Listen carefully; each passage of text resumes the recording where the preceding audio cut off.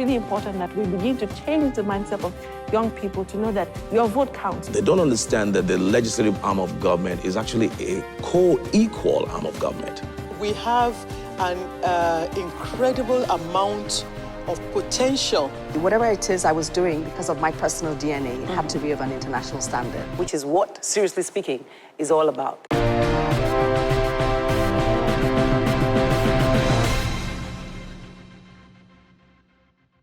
Welcome to another edition of Seriously Speaking. You've heard the saying that money makes the world go round. And you've also heard people say there's never enough money to do what you want to do. As the year rounds up, as often, I try to look at the issue of money. This time, I'm trying to help you to understand what money really should be doing for you, little or more. So we are talking about how to make your money work for you. On Seriously Speaking today, I have two experts in the house that shall be trashing this out, so I advise that you stay tuned. When I return with my guests, we'll make it a little bit plainer to you why, no matter how little you earn, you can save money and make it work for you. We'll be back on Seriously Speaking. Yes, welcome back to The Real Show. We're going to engage everything here on this panel, and trust me, if I tell you we want to learn how you can make your money work for you, I'm learning too. I don't have the skills, but I have people who I can always run to, and two of them are in the house with me. One of them I'll describe as a smart money woman. She was here last year telling you about her book and how it has changed the lives of many people. Arese, you're welcome to Seriously Speaking. Thank you for having me, Auntie. Again. Of course, my second guest is also a very close friend of mine, to the extent that when I call him 2 minutes and he's here, and when we tape this show, I gave him only 2 hours notice. It's nice to have you on the set, Tola. Hello, thank you for having me. Welcome. Now, very straight to the point. First of all, I was asking you, and I wanted to ask you this on air. Okay. Did knowledge of finance come to you naturally, or you had to acquire it? My first degree is in business and management. My second degree is in development economics. So you have those finance courses like in between. And I've just always been interested in the way the capital markets work, the way the economy works. So, but it's not always a sweet story in the capital market, is it? It's not.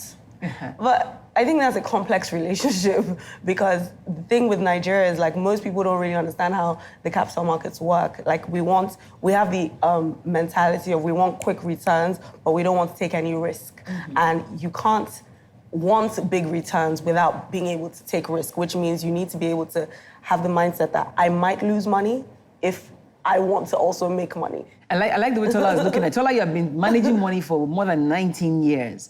And what's the biggest headache you have? And how did you end up you started off as an accountant? Yes. Right.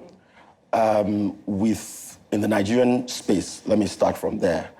One thing I've observed about investors is that we have the tendency when we invest money in certain asset classes, we sort of go to sleep. We like the passive way of investing. However, because of the turbulence and unpredictability of the markets, it's always very good to pay interest in where you have invested your money. That's to pay attention, not to pay interest.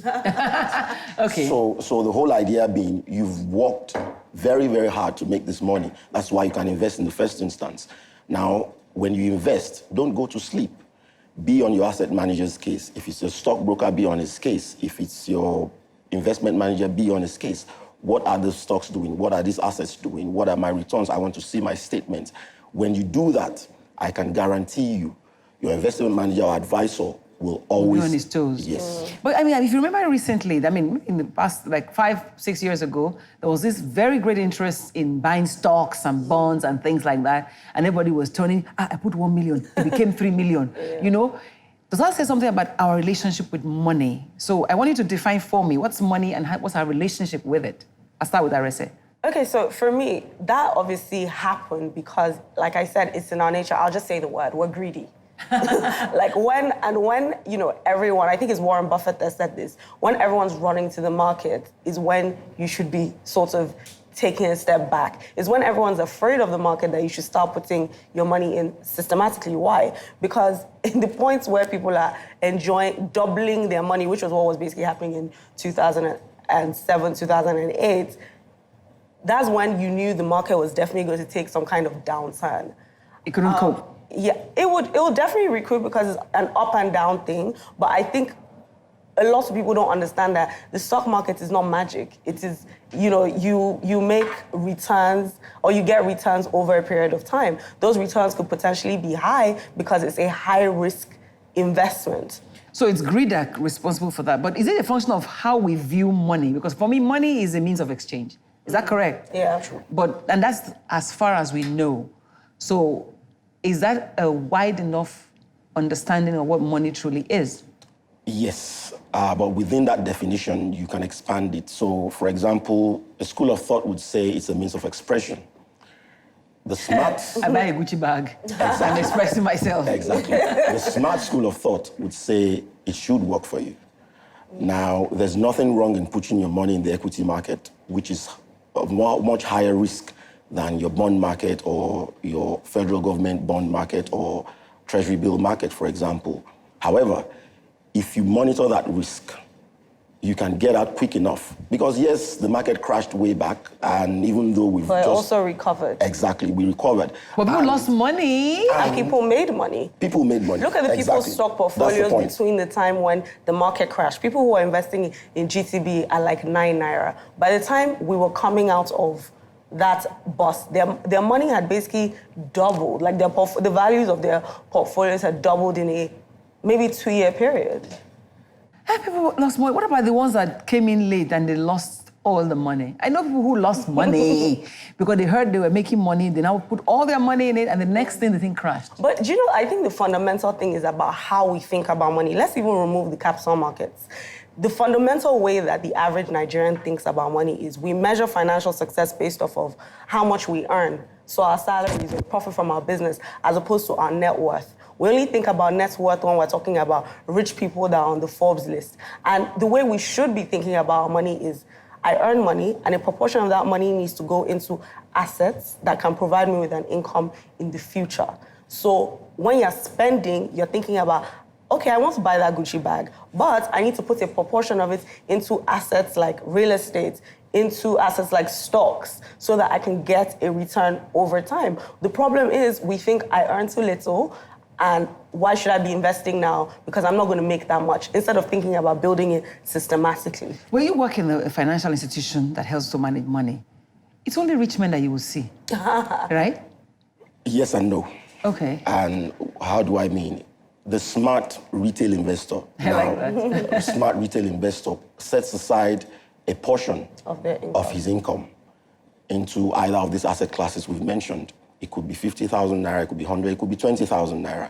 And sometimes, with smart advice and the right monitoring and risk-reward balance, you see that person making substantial increase. So, for example, let me give you an example. This year, there's been a stock that's done 70% return year to date. Really? The entire equity market has returned 35%. Please, what area? Oil and gas? Banking. Or banking? Yeah. So the point is, it's not really about the size of what you're putting in, because returns is relative. If you put in 100,000 naira and you're making 20% per annum, that's 120 in a year. If you're putting in 100 million, that's extra 20 million. So it's relative. But the underlying idea is the fact that you recognize the need to invest so that you can make extra income, then you can buy your Gucci bag. Do you know what I like that. You know what was actually interesting about that? I was doing a vlog the other day and I was thinking, the problem is we don't understand what it actually means to be wealthy in Nigeria. We think it's about having money in the bank, so we make the wrong decisions. People don't understand that financial... But isn't money in the bank good? That's part of it, but like he said, you need to be investing it and building assets. So for example, I was saying financial freedom is basically when you get to the point where you've built enough assets that your passive income from those assets can pay for your lifestyle. So your dividend, the dividends from your stock portfolio can buy your ticket to London or can buy the Chanel bag, as opposed to the active income you're working for. Well, you have to wait for that to happen. Yes, but we need to do it systematically. We need to be teaching young people especially that if you make X amount of money, you should be putting a proportion of it aside. So even if you can't wait that long for your passive income to start paying for your lifestyle, you understand that that is the mentality. That's when you really made it, not when you hits one big contract and then you spend all the money on things that are not assets and then it's gone. Okay, I mean, before we did it, had got some people to get some questions together, and I'll take a break so that I can take some of those questions, and you might also have answered it, I don't know. But we'll be right back, and the conversation will continue with Arese and Tola, if you don't go away. We took a break, and Arese was talking about people needing to put money in the bank. I mean, I don't know how I see money as money, something that should be spent, you know? I mean, I don't know what Tola thinks about that. There's nothing wrong with putting money in the bank. However, you can apportion it. And in any investment portfolio, for example, you have assets giving you higher returns, and then you must have cash. Seems like it's a lot of mathematics. Not necessarily, it's just simple arithmetic, really. So, for example, you have 100,000. There's nothing wrong with having 20,000 in the bank for that cash need that you may need immediately and investing 80,000. Why do I say this? What's the average savings rate in Nigeria today? It's just somewhere between 3 and 5%. However, there are other asset classes that we've mentioned, equities, treasury bills, federal government bonds. That give you high. That give you much Which one higher. is the highest? Right now, it's treasury bills, right now. Treasury bills. However, there's another asset class called commercial paper, where you can get much higher returns issued by corporates, sometimes by SMEs, who need short-term financing, and their financial advisors arranging that, put it together for them. So what I hear, though, at the end of the day, people need advice. Exactly. Whatever it is, you need advice. Even if you understand what money is, you go to the experts to get the advice. Let me, at this point in time, take on some of the questions that some of you had asked before. And if I have the first question up, okay, you see what I mean? Temisa wants to know, how do I save on a low income with many expenses? I'll let you start, because you said if you had 100,000 naira, you should spend 20 and put 80. How many people, most times you get your money, many things are calling the name of that money. See, that was Temisa saying, how can you save? 2 words, very simple: discipline and budgeting. Now, it's easier said than done. I agree with you. Happens to me too. Oh, even to you? Yeah, you know, because demands are, especially in this recession, we are just coming out of it anyway. However, if you have that culture of budgeting and you're disciplined enough, you'll be amazed at how much you can save from that little income. Again, no, because I'm thinking, take for example, Arese in her book, Smart Money Woman, which I read, she spoke of a young girl who found herself suddenly out of a relationship and found that she had no money to do anything, but she was working in the bank. Okay, so I think for me, I get this question a lot from my millennial readers, and I always feel like it's also about a mindset. The way you spend 10 naira is the way you're going to spend 10 million. Fact. Because have you noticed, if people start NYC, right, they complain about how their allowance is not enough. Then they get a permanent position in, say, a bank, and then they get promoted 5 years later. Nothing has changed. Like, they keep saying, I'm too broke, but meanwhile, they're earning 5 times what they were earning before. Why does this happen? Because consumption always rises to meet income. Because when you go from being a copper to getting that first bank job, you're thinking, okay, now I have to look like a banker. So I have to dress the way a banker dresses. I can't take the bus to work anymore. I have to buy a car. So we buy all these things, as in our consumption rises to meet our income. But if we've not learned the discipline, like he said, to start putting some aside when you earn a little, you will never earn enough to be able to put money aside. But sincerely, Tola, minimum wage remains 18,000 naira. Minimum wages can't save, I don't think. I think so. Do you know what I always tell my friends? How come someone's cook that earns way less than, say, their oga, can have land in the village, pay for shop, as in for their wife, pay their children's school fees, but they're earning maybe 40,000 or 50,000? How does that happen? Tola, tell me. It's a lifestyle issue.